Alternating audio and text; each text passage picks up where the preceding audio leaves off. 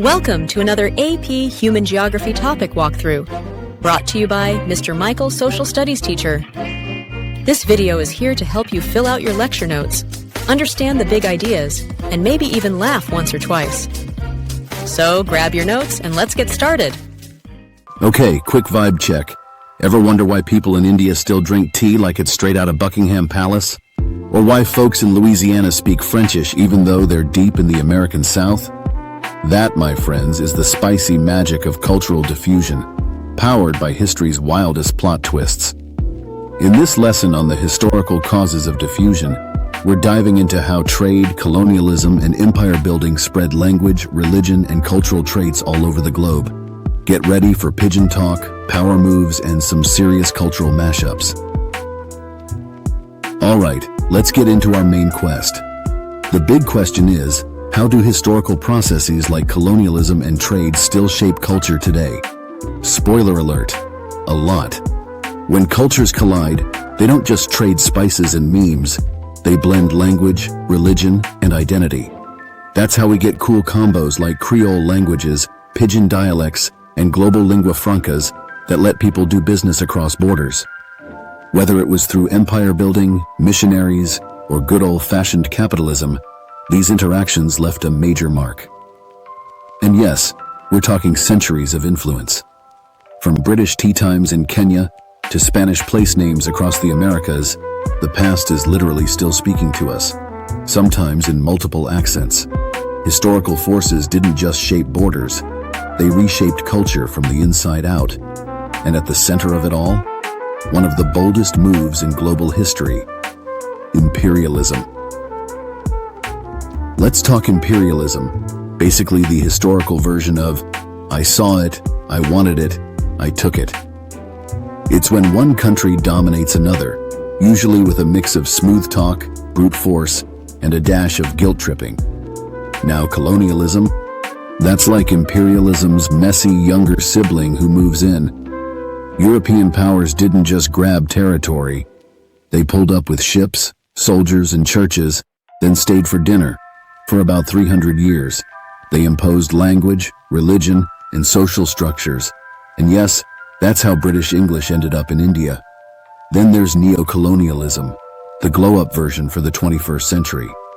It's less about boots on the ground and more about flexing economic and cultural power. Think fast fashion empires, McDonald's in every time zone, and global pop stars exporting culture like it's currency. This trio of influence set the stage for some seriously big cultural shifts. But the real impact of imperialism wasn't just in politics. It reshaped cultures at the core. Here's how that played out on the ground. As European empires expanded, they didn't just conquer land, they rewrote cultural scripts. Colonizers imposed their own languages and religions on indigenous populations, often replacing entire belief systems with Christianity and native tongues with European ones. Check the map. Nearly the entire planet was touched by European control. That wave of influence disrupted local traditions, but it also led to some unexpected cultural fusions.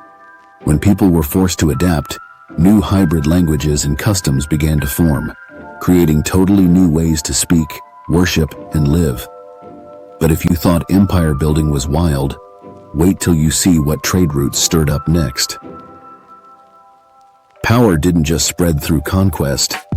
It also hitched a ride on camels, ships, and caravans.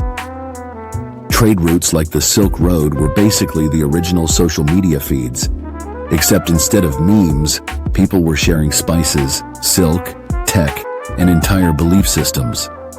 This map shows how traders linked East Asia with Europe, and those connections ran deep. From the 2nd century BCE to the 18th century, the Silk Road wasn't just about profit.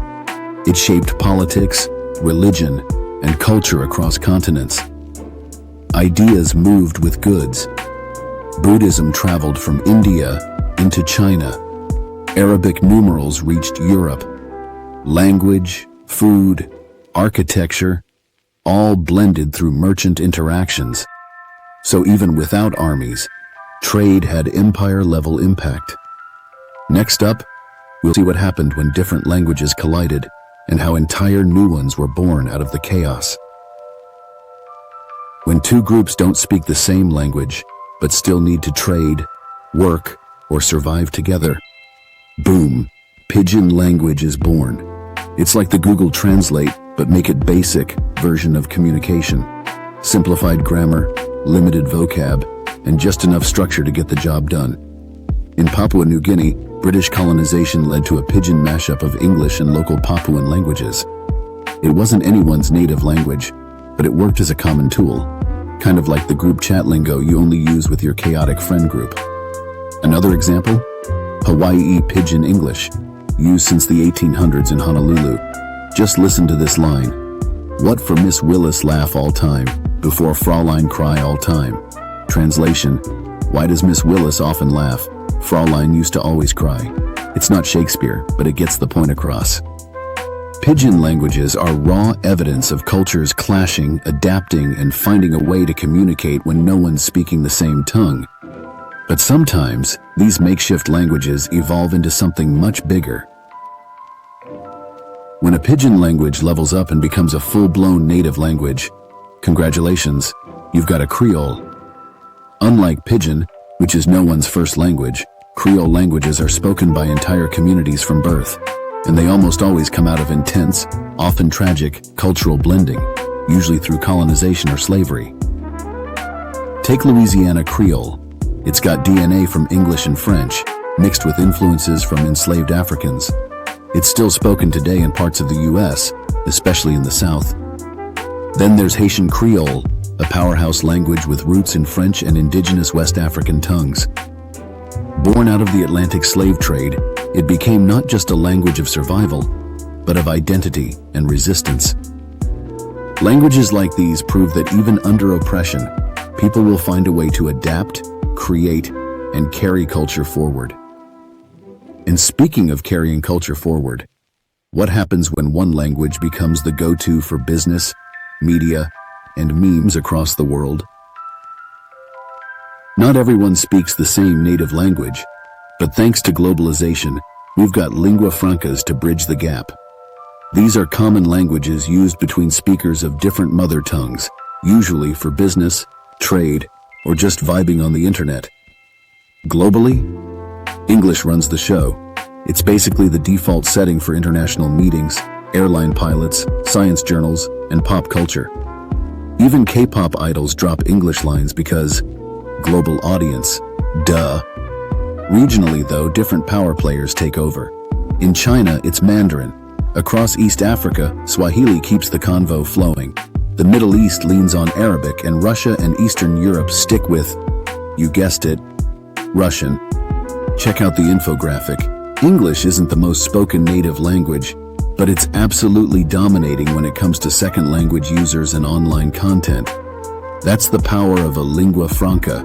It doesn't need to be your first language, just the one you reach for when you need to be understood. And even with all that global language blending, some places still sound totally different depending on where you're standing. Even when people speak the same language, they don't always sound the same, and that's where dialects come in. These are variations in vocabulary, grammar, pronunciation, and spelling, shaped by geography, isolation, and straight-up regional vibes. In the US, you've probably heard the chaos. You all, y'all, you guys, yous guys, you uns. Same meaning, wildly different energy. Here's the difference. Dialects use different words, while accents change how those words sound. And English? It's full of these twists because of British colonialism. When the British Empire spread across the globe, so did English, but each region added its own local flavor. The map shows how widespread English has become. From Jamaica to India to New Zealand, English is spoken, but with its own accent, slang, and personality. Basically, the language went global and got a makeover in every zip code. All right, we've tracked how empire, trade, and language shape the world. So before we wrap, let's pull all these threads together one last time. When a government picks a language to use for laws, signs, and public documents, that's called an official language. Sounds simple, but oh no, it comes with baggage. Official languages can work as centripetal forces. pulling a country together. They make communication smoother, government documents cheaper, and can help unify a population that speaks tons of different languages. But flip the coin, and it can get messy. When the official language is tied to a former colonizer or dominant group, it can marginalize or even erase other languages. Imagine your culture's language not being on road signs or school books. That's not just inconvenient, it's a cultural gut punch. The map shows where English holds official status. And spoiler, a lot of those places used to be British colonies. It's a legacy of imperialism that still shapes how people learn, work, and interact today. All right, you've made it through colonialism, trade routes, pidgin slang, and world domination via English. Time to zoom out and connect the dots. We just broke down how historical processes like imperialism, colonialism, and trade didn't just shape borders. They totally reprogrammed cultures. Empires imposed religion and language. Trade routes like the Silk Road spread ideas faster than a trending TikTok, and global interaction gave rise to pidgins, creoles, and lingua francas. Now we've got dialects that vary from you-all to yous-guys, and official languages that can either unite a nation or straight up silence indigenous voices. Feeling that brain power growing? Good, because one last challenge is coming your way, and it's going to test how deep you really got this. All right, final boss level. Time to level up that thinking cap. Here's your bonus question. To what extent can the spread of English as a global lingua franca be seen as a continuation of imperialism and colonialism? And how might this affect the survival of indigenous languages and cultural identities today? Use examples like British colonialism, pidgin and creole development, and modern-day official language policies to make your case. Drop your answer in the comments with your name, and don't just state your opinion. Back it up like it's an FRQ.